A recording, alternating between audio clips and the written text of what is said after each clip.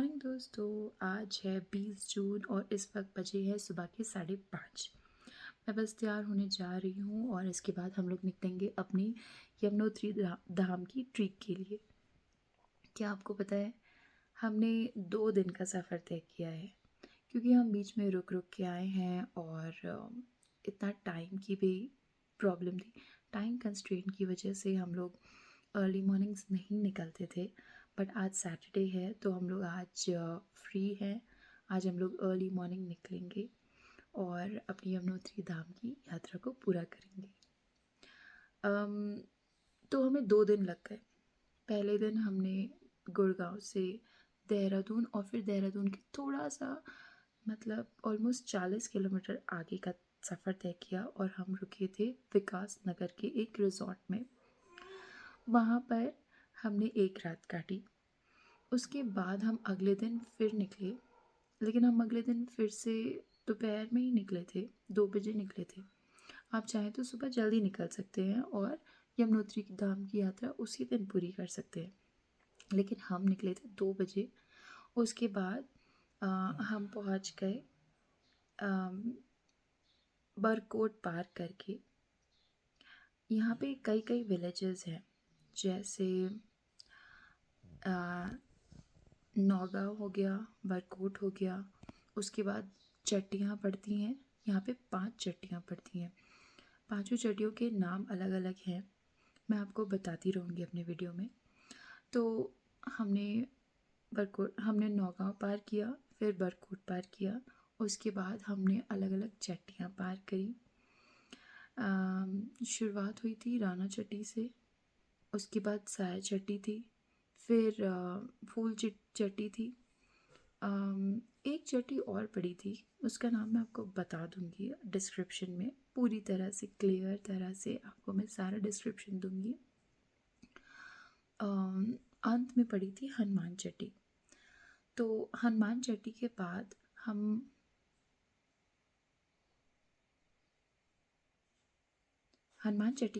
हम खसरी गांव में आए थे। आप जब इन पहाड़ों में गांव में आओगे, आपको यहाँ के गांव का माहौल पता चलेगा। अच्छा है, बहुत अच्छा है, आपको पसंद आएगा। तो हनुमान चट्टी के बाद करसी गांव में रुके हुए हैं। इस करसी गांव में बहुत सारे होम स्टेज एंड रिजॉर्ट्स हैं और इन चट्टियों में भी हैं बहुत सारे होम स्टेज हैं। आप किसी में भी रुक सकते हो और हम तो ऐसे टाइम पे आए हैं कि होम स्टेज इस वक्त खाली हैं। इस वक्त भीड़ ज़्यादा नहीं है क्योंकि रजिस्ट्रेशंस बंद हो गए थे, तो लकीली हम लोग को यहाँ पे इस वक्त ज़्यादा भीड़ नहीं मिलेगी। तो और हाँ, एक चीज़ और मैं आपको रजिस्ट्रेशन के बारे में बताना चाहती हूँ। इसका आपको यहाँ पे आने के लिए 4 धाम की वेबसाइट पे जाके ऑनलाइन रजिस्ट्रेशन कराना पड़ेगा। आप चाहें तो ऑनलाइन रजिस्ट्रेशन करा सकते हैं। उसके लिए आपको अपना आधार कार्ड और अपनी बाकी की डिटेल्स देनी पड़ेंगी, और आप चाहें तो ऑफ़लाइन रजिस्ट्रेशन भी करा सकते हैं। तो ऑफ़लाइन रजिस्ट्रेशन हो जाता है हरिद्वार में या ऋषिकेश में जाके। तो मोस्टली लोग ऐसा भी करते हैं कि पहले हरिद्वार आते हैं, हर की पौड़ी में जाते हैं, दर्शन करते हैं वहाँ, उसके बाद वहाँ पे रजिस्ट्रेशंस कराते हैं। उसके बाद वो 4 धाम की यात्रा शुरू करते हैं। तो 4 धाम की यात्रा ऐसे नहीं शुरू होगी, सबसे पहले आपको रजिस्ट्रेशन कराना पड़ेगा। रजिस्ट्रेशन के बाद आप यहाँ आओगे तो आपका व्हीकल नंबर भी चेक होगा। आप अगर किसी व्हीकल से आ रहे हो तो आपका व्हीकल नंबर चेक होगा, वरना आपके आधार कार्ड्स वगैरह चेक होंगे। तो यहाँ की गवर्नमेंट ने काफ़ी स्ट्रिक्टनेस बना के रखी है कि जो जो एंट्री कर रहा है वो सब उनके पास रजिस्टर्ड होने चाहिए। अच्छी चीज़ है ना। तो हमें एक पोल बूथ मिला था। हमें एक बूथ मिला था जहाँ पर पुलिस वाले बैठ के रजिस्ट्रेशंस चेक कर रहे थे कि हम लोग रजिस्टर्ड हैं कि नहीं। और उन्होंने हमारे आधार कार्ड नहीं देखे एक्चुअली, क्योंकि उन्हें हमारे कार के नंबर से ही रजिस्ट्रेशन पता चल गया था हमारा कि वी वर रजिस्टर्ड। तो हमारे नाम उसी में आ गए थे। तो उसके बाद हम लोग आगे बढ़ गए। तो हाँ, रजिस्ट्रेशन कराना मत भूलिएगा। चाहे तो ऑनलाइन रजिस्ट्रेशन कराइए चारधाम की वेबसाइट से। मैं पूरा वेबसाइट का डिस्क्रिप्शन, लिंक वगैरह सब दे दूँगी अपने डिस्क्रिप्शन में। तो चारधाम की यात्रा का रजिस्ट्रेशन करा लीजिएगा, या तो ऑनलाइन या फिर ऑफलाइन। 2 चीज़ें हैं इसमें, सुविधाएं हैं। उसके बाद जैसा कि मैंने आपको बताया कि हम लोग पहाड़ी इलाके से आए हैं। हमने काफ़ी लंबा डिस्टेंस तय किया है। पहाड़ों पे आप कितना लंबा डिस्टेंस तय कर लो, कम लगता है। मतलब डिस्टेंस कम लगता है। हम चलते जाते, लेकिन डिस्टेंस हम लोग इतनी जल्दी पास नहीं पहुंचते अपनी डेस्टिनेशन के, क्योंकि पहाड़ी रास्ते ऐसे गोल गोल गोल गोल गोल गोल। तो हमने काफ़ी लंबा डिस्टेंस तय किया था कल रात में। और आपने मेरे वीडियोस देखे होंगे, नहीं देखे होंगे तो आप देख सकते हो जाके कि ये यमुनोत्री का पूरा रास्ता, पूरी पहाड़ी इस वक्त कंस्ट्रक्शन मोड पे है। मतलब रोड्स की वाइडनिंग चल रही है इस वक्त। ऑलमोस्ट लाइक 2 लेन बन रही है इसमें। तो पूरा पहाड़ कटा पटा है। और रास्ते में बहुत सारे ईंटें पत्थर भी हैं जो आपको अच्छी खासी बम्पी राइड दे सकते हैं। तो मैंने अपने वीडियोस में सब कवर किया, आप चाहो तो देख सकते हो कि इस वक्त पहाड़ यमुनोत्री जाने के लिए जिस पहाड़ पे हम लोग जाते हैं, जिस पहाड़ के थ्रू, उसका रास्ता कैसा है। हमारी रात की ड्राइव थी, बारिश हो रही थी, वो सब भी मैंने अपने वीडियोस में कवर किया है, तो आप उसका एक्सपीरियंस भी ले सकते हो। It was quite thrilling. काले काले पहाड़, आधी रात में। इट वाज नॉट इवन आधी रात, वो 8 बज रहा होगा और या फिर 9 बज रहा होगा। हम लोग 9:30 10 बजे तक पहुंच गए थे अपने कॉटेज में।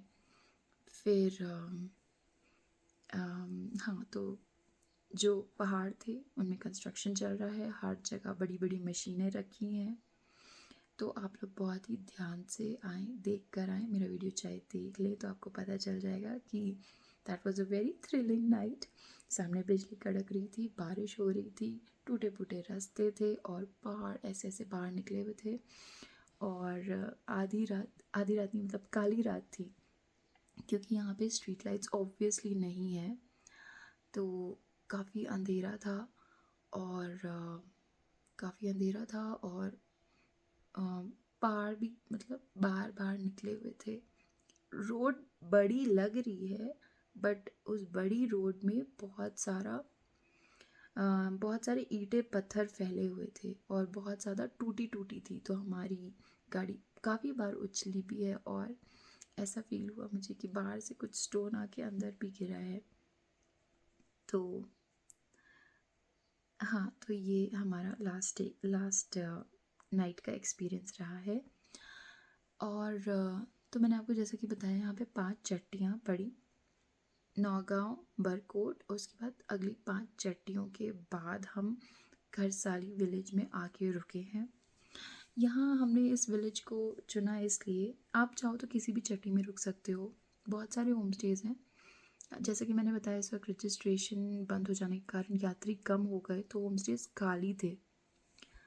तो लकीली एनीवे हमने ऑलरेडी अपना कॉटेज बुक कर लिया था, तो हमें होम स्टेज में रहने की ज़रूरत नहीं पड़ी। फिर ढूंढते ढूंढते हम लोग घरसाली विलेज में आके इस कॉटेज में आ गए, यमुनोत्री कॉटेज में, और रात में हमने डिनर किया और फिर हम सो गए। और यहाँ बारिश होती रहती है, तो रेनकोट लाना ना भूलें, या फिर यहाँ से भी ख़रीद सकते हो आप, मात्र 100-150 रुपये में मिल जाएगा आपको। और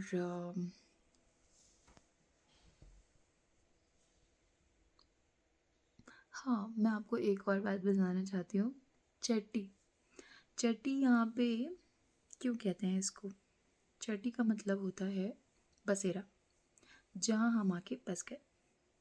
तो पुराने ज़माने में जब यात्री आते थे बहुत लंबे लंबे डिस्टेंस कवर करके पैदल या फिर अपने किसी भी साधन से, तो काफ़ी लंबा डिस्टेंस कवर करते थे, तो वो वहीं रुक जाते थे और जिस जगह वो रुक के अपना बसेरा कर लेते थे उसको वो चट्टी कह देते थे।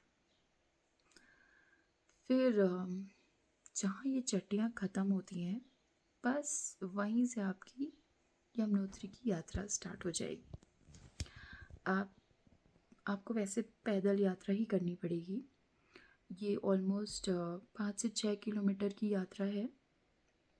हमारे खरसाली विलेज से भी हमें 5 से 6 किलोमीटर पैदल चलना पड़ेगा और उसके बाद जाके हम यमुनोत्री धाम पहुँचेंगे। तो आगे क्या होने वाला है वो मैं आपको आगे की वीडियोज़ में बताऊँगी। वैसे गरम कपड़े ज़रूर लाएँ क्योंकि ऑब्वियसली यहाँ पे यमुनोत्री जो है यमुना जी यमुनोत्री जो है यमुना जी ये एक ग्लेशियर से निकलती हैं, तो ऑब्वियसली यहाँ पे बहुत ठंड है। तो ठंडी गर्म कपड़े लाना ना भूलें, जिससे कि आपको आगे जाके परेशानी ना हो। तो देखते हैं हमारा आगे का सफ़र कैसा रहता है और देखते हैं हमारा आगे का सफ़र कैसा रहता है और हम लोग कहाँ-कहाँ जाते हैं। यहाँ पे कई छोटे बड़े मंदिर हैं जिनमें हम लोग सब में जाएंगे और हम इस विलेज को भी एक्सप्लोर करेंगे, आसपास के एरियाज़ भी एक्सप्लोर करेंगे और मैं आपको सारी अपडेट्स देती रहूँगी अपने इस ही वीडियो के ज़रिए। तो मेरे वीडियो को लाइक करना और मुझे मेरे चैनल को सब्सक्राइब करना ना भूलें, जिससे आपको यमुनोत्री की पूरी यात्रा के बारे में पता चल सके। Bye, see you in the next video.